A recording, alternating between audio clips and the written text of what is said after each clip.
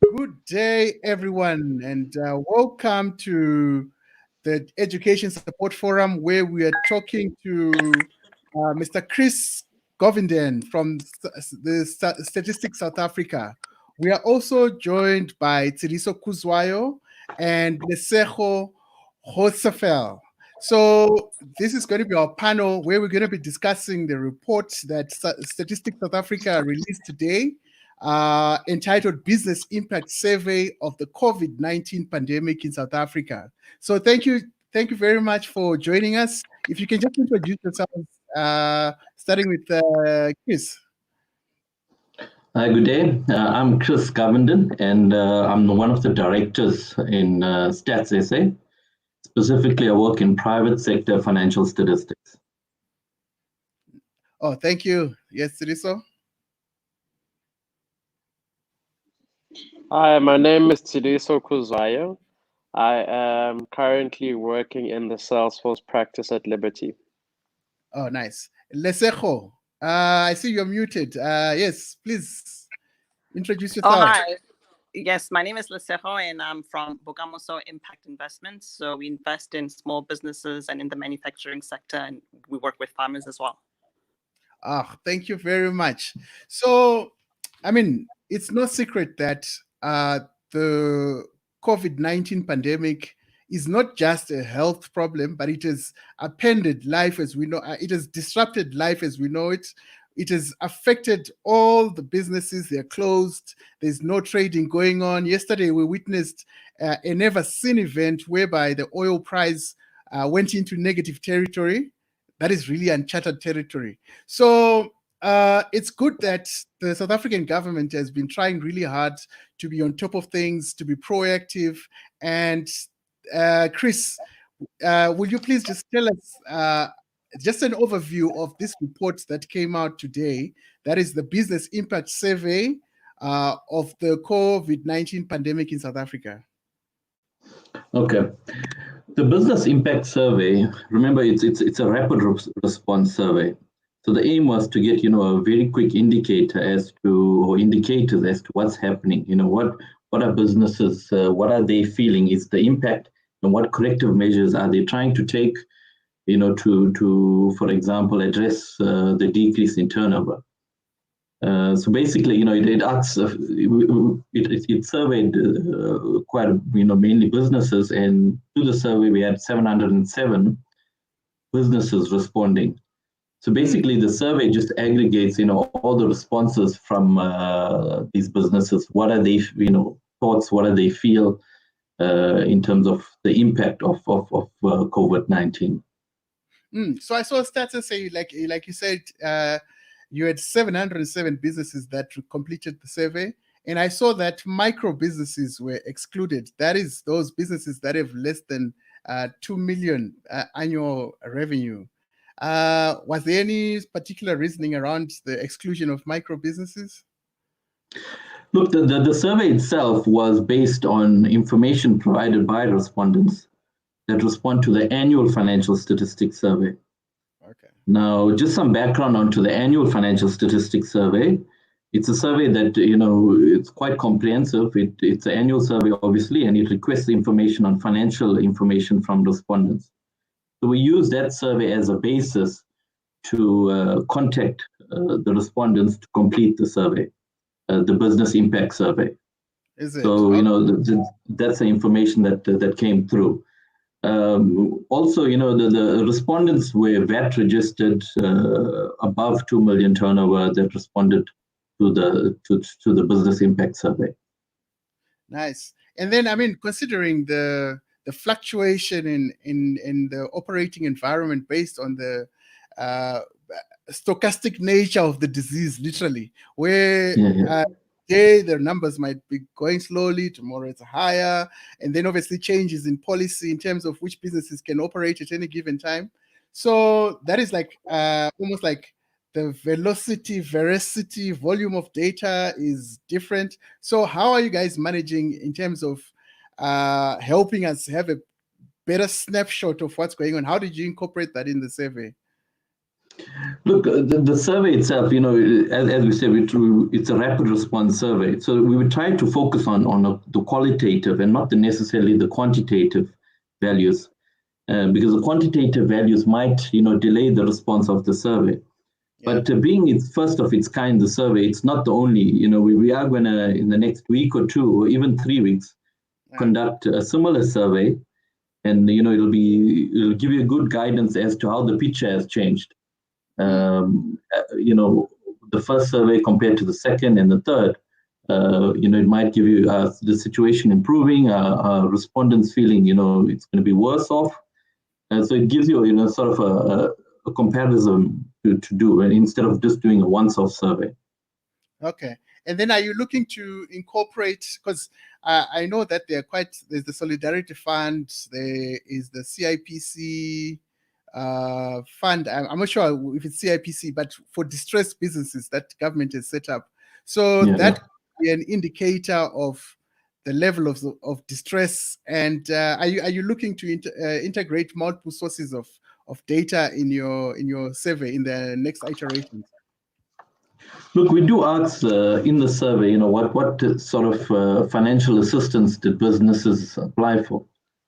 And the top two that's coming up, is asking some financial tax relief from the revenue service, also looking at, some of the government initiatives that's out there to help businesses.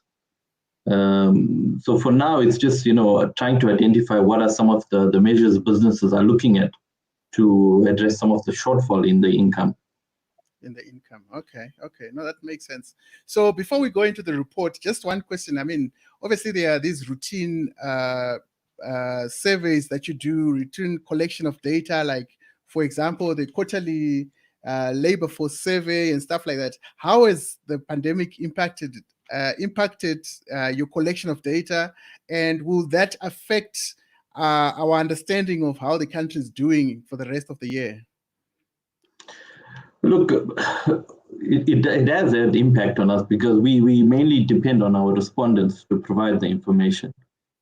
And some of the information provided is of a complex nature. And that all depends if the respondent has access to that information. Now, while sitting at home, some of them might not necessarily have access to that information. Yeah. You'll see we go into detailed income and expenditure items in some of the surveys, like the annual financial statistics survey, the quarterly financial statistics survey. So, depending when the lockdown is over, we'll have to sort of have contingency measures on how we're going to collect that information and what processes are going to be followed. We release on a monthly basis, on a quarterly basis, and on an annual basis.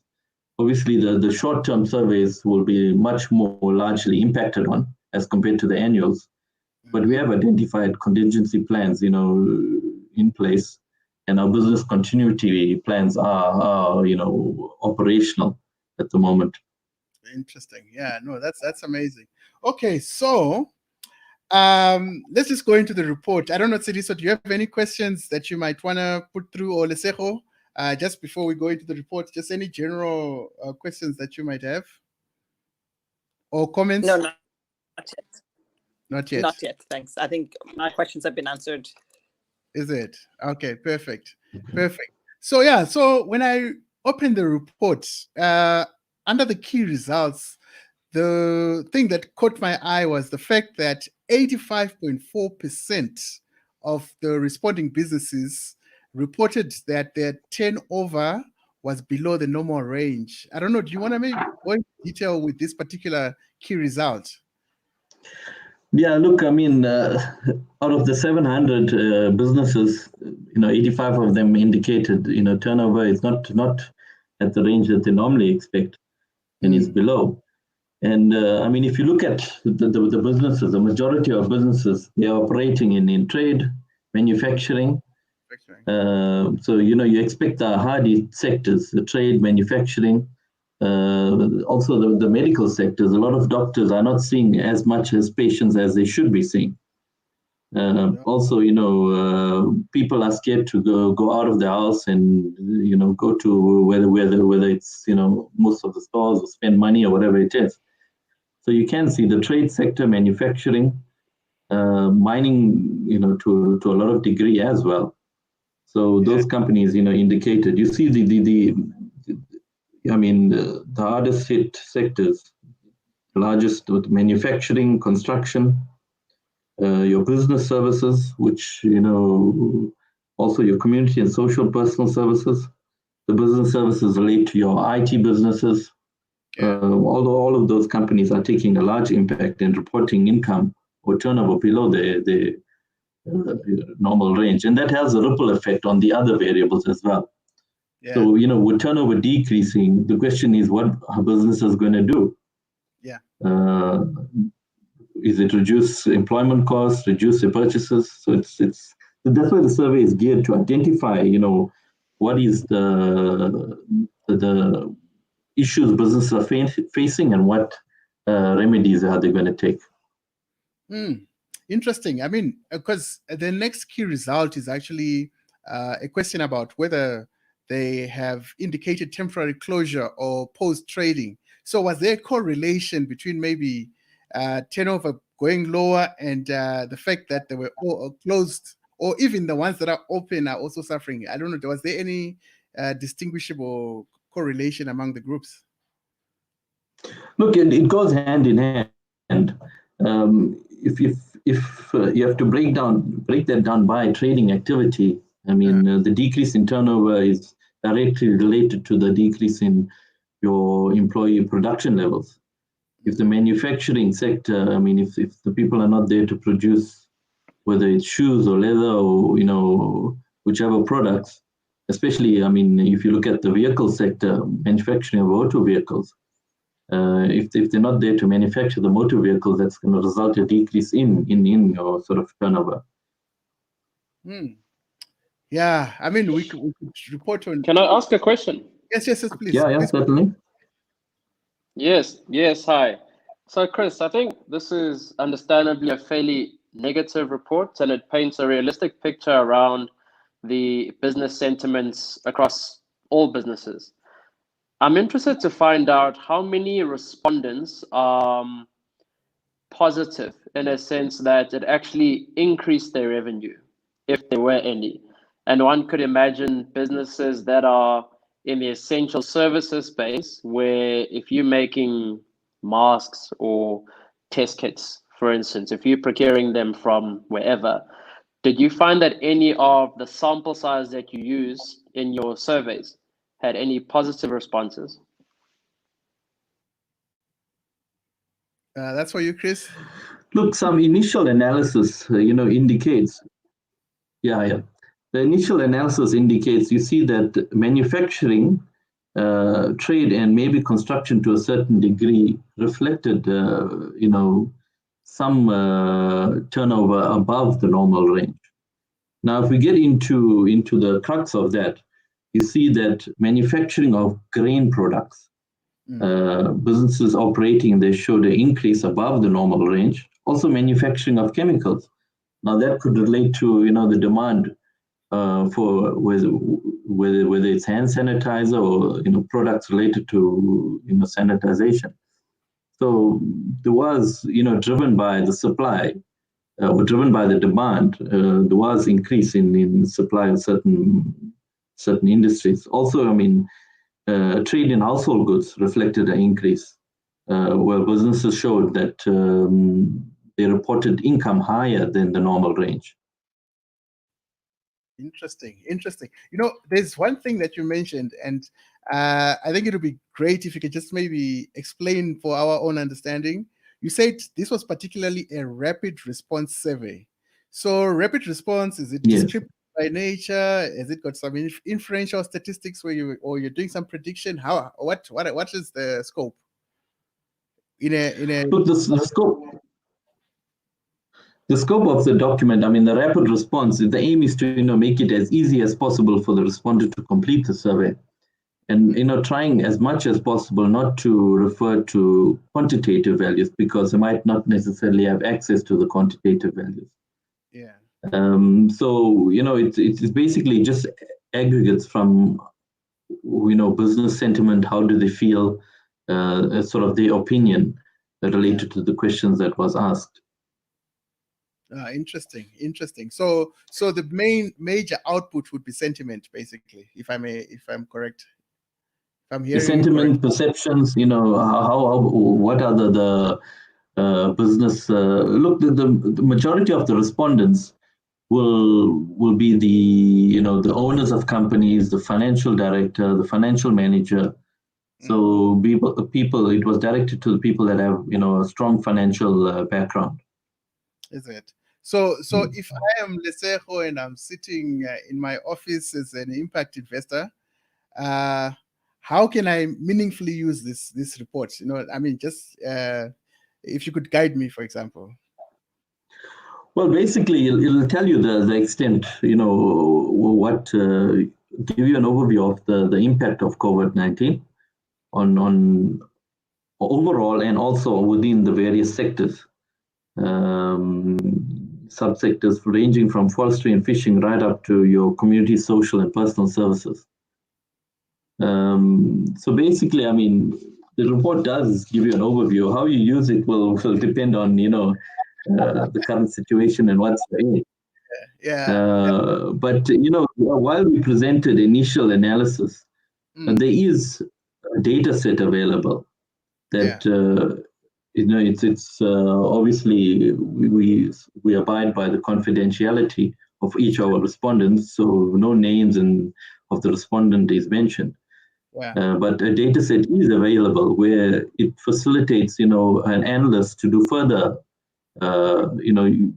variable and determine which are your dependent, independent variables, further analysis. Also, however you want to look at the table, you sort of do pivot tables based on whatever, it's of interest to you. So that facilitates, some usability, and the report is not restricted to the graphs that we presented yet, but you can utilize the data in other ways and explore further. And if you do have some data mining background, you can, do some interesting things with the data set. Data as well. Nice. Okay, just moving on. Lesego, you are into impact investing. I don't know, how many entrepreneurs are under your stable, and what are you seeing since the pandemic started? Yeah, I think what we've experienced, actually, before answering your question, I had a question for Chris in terms of the figure 11, where 42% of the businesses that you surveyed indicated that they're not confident in their business surviving or having financial resources, rather, to continue operating. And I was just wondering how many of those are either struggling to access financing that's been made available through, the government schemes, or even like the private sector, because that's 42.2%. It's a high number. Yeah, that table goes hand in hand with table 11 and table 12. Now, table 12, they say, they feel they don't have adequate resources, but they also feel, they're only going to survive. Majority of businesses indicated they only can survive with the current resources less than 3 months. Right. That's almost 80% of them said they can survive. What we go further on, you say, being the situation as it is, what have businesses done? And if we look at some of the access to financial resources to combat the reduced income, you see that 38% have applied for government relief funds, followed by deferring your payments to SARS, also asking for debt relief holidays. So those are the top 3, and also there is some that said they don't plan for any assistance. So those are the financial initiatives that they're looking at. To the extent to which they are success in securing that funds, it's difficult to determine at this stage. I suppose a lot of applications will go through, to say we need funding, and there is sort of a vetting process, whatever it might be, to determine who actually gets that funding. But it's something that we can, possibly look at in our next survey to ask, the funding that you applied for, have you received funding? Yeah. Right. or there are processes to receive funding, and that will give us a good indication to say, okay, I've applied for funding, but I have received it or I haven't received it. Right. I think on our with our experience, the businesses that we deal with, the turnover is below 2 million, so they would not be part of the ones that you have that you have just interviewed. However, I think the challenge right now is one on resources, where they find that prices have been escalated, so it makes it a lot difficult, because you then have to choose, between cutting stuff and maybe even like minimizing your operations. So the second thing that's also been a big challenge has been finding adequate information on accessing funding and making the process a bit easier, where right now it seems very, very complicated. So I think everybody's sort of like running around trying to figure out how they can access funding, and also hearing back specifically from the government schemes that have been set up, which for a lot of people they have applied, but it's taking too long. So they're just sort of like wondering if they will survive the next 2 or 3 months. Wow. Yes, I totally agree. It's quite a critical period, especially with your cash flow. You need that money, almost ASAP to as I said, the survey could, these are businesses. So the situation at businesses less than 2 million could be a lot worse. Absolutely. Yeah, I mean, if I could come in there, actually, part of us being proactive around wanting to help businesses pro bono is we are in a privileged position, given our financial backgrounds, to be able to quickly determine the cash flow requirements of any business that we may come across. And I agree with your point, Lesego, around there's a lot of information, almost like overwhelming, and people don't really know where to start.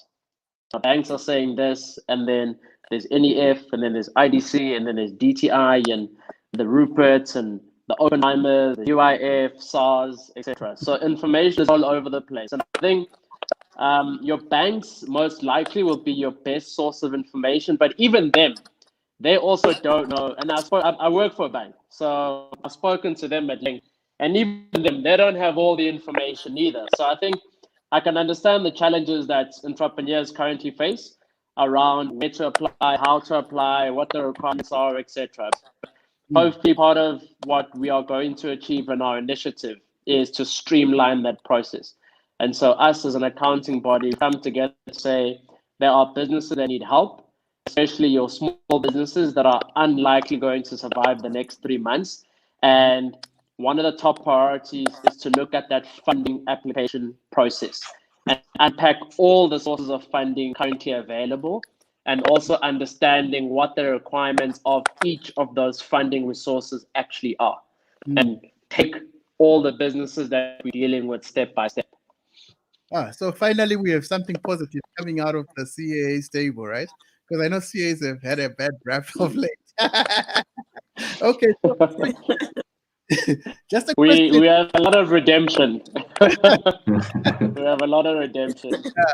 So just a question. I mean, obviously, in a crisis like this, decisions are not easy. I feel sorry for President Ramaphosa. I don't want to be in his shoes right now, because there are just too many moving parts, too many uncertainties.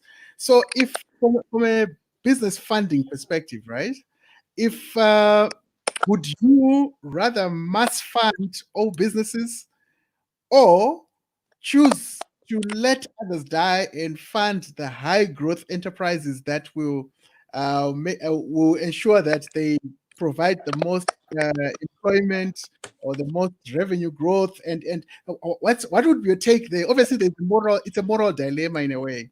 Would you fund high growth enterprises only, or would you fund each and every business that is under distress? That's for everybody, by the way. Anyone can answer. Oh, okay. I was wondering who the question is directed to. Anyone can answer. All right, I can have a stab first. So I think, given our social construct, economic construct, in terms of the high unemployment rates, high poverty rates, high inequality, you have to keep it stable across the whole board. So I would say you do mass funding at first, just to make sure that people have food to eat. I think if you pull funding for a lot of other businesses and rather focus on high growth, you're going to have a lot of civil unrest. And Yeah. already we've got enough as is that is likely to happen given the current circumstance. And we don't really know what's going to happen until tonight when Ramaphosa gives his feedback. I have a feeling that as soon as he says fellow South Africans, there's going to be a lot of anxiety. There might even be heart attacks, who knows? Yeah. But in any case, I think just to keep it stable, you need to make sure that people have food to eat. We just, if you only fund certain businesses, there's just going to be too much civil unrest that's going to happen because people don't have many options. People don't have a lot of savings. People are living in debt as it is.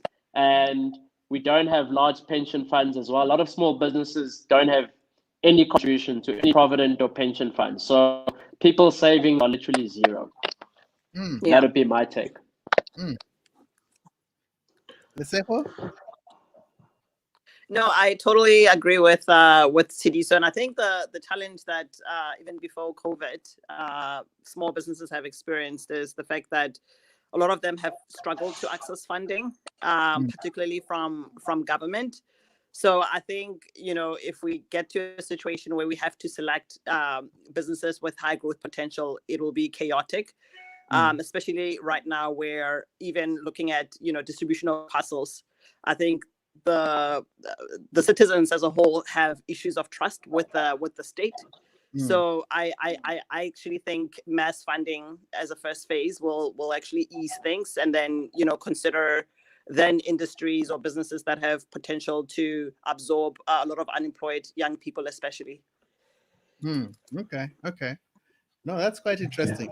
I don't know if you have questions for Chris or any comments, or Chris, you have any comments? Because I think I've exhausted the questions that I had for today. I think I actually want to whichever. add to Lesego's point. Yes. Yeah, go ahead, Chris. I'll come after you because I know you're going to answer the no, immediate question. Just a comment. Whichever method we choose, we just need to think of the short term and long term implications. If we increase our borrowing, what's the implications of that? But also, the priority is, and our president indicated, it's now and our people. Interesting. I just wanted to add to Lesego's point around access to funding. I actually think it's both in the private sector and the public sector.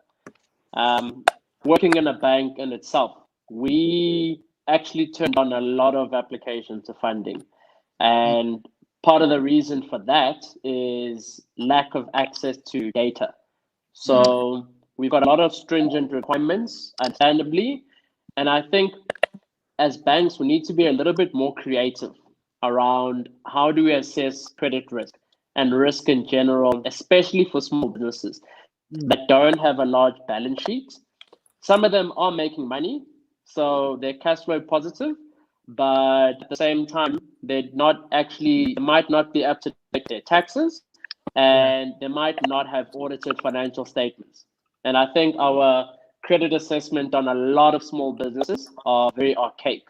So it's not just the government funding or access to funding that is a challenge. It's also access to funding from banks. As you're speaking, something just crossed my mind. And Chris, this is a crisis. So during a crisis, there are some extreme measures that are taken in order to make things right. Some almost draconian or dystopian, So I'm thinking, can't we leverage the telcos in getting data? Maybe, I don't know, some data where literally everyone's phone at 9 p.m. There's a pop-up with a questionnaire, literally, and we get a sense of what's really happening. As opposed to limited surveys that are self-responses, but like literally forcing people to answer.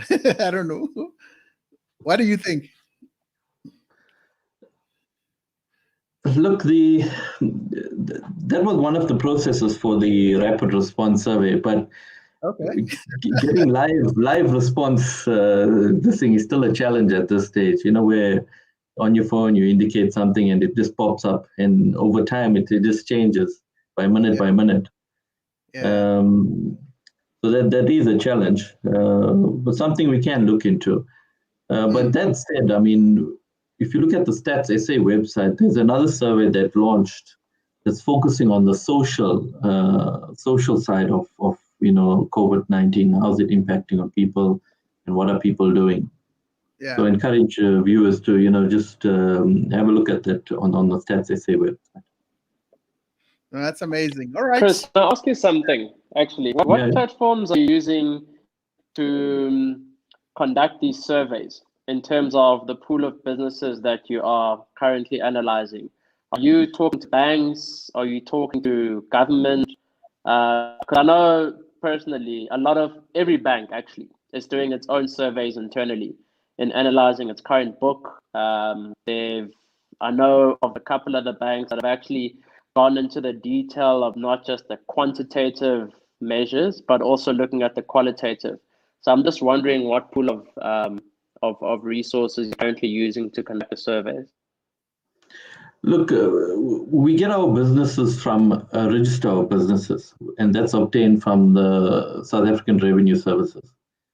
So, obviously VAT registered businesses are in that, and the businesses that were conducted for this survey specifically are the surveys that also respond to the annual financial statistics survey. So, if you're asking where did we get the list of businesses, that's where we got the list of businesses. And we obviously have we utilize survey tools. We also utilize, other platforms to administer these surveys. So technically, the respondents are like a panel that you've surveyed a couple of times over time, and maybe you can actually see, you can do almost like a longitudinal study for them, if I may ask. Yeah, you can. I mean, if you look at the annual financial statistics survey, the respondents, although the sample is refreshed every year, but the survey has been running, from over 10 years now. So you do have a time series, on certain surveys. Obviously, for the business impact survey, this is the first of its kind. Yeah. All right. Okay. Thank you very much, guys, for such an insightful time. Lesego, thank you for your insights as well. Tsidiso and Chris. Hope we can spread this report to as many people as possible so that they understand what's going on and see the real picture. And it's a good way of actually fighting fake news by getting the facts out there based on empirical evidence. So thank you very much for your efforts. Thank you. And hope to have other chats very soon. All right. Thank you. Yeah. Thank you, Edzai. Thank Thanks.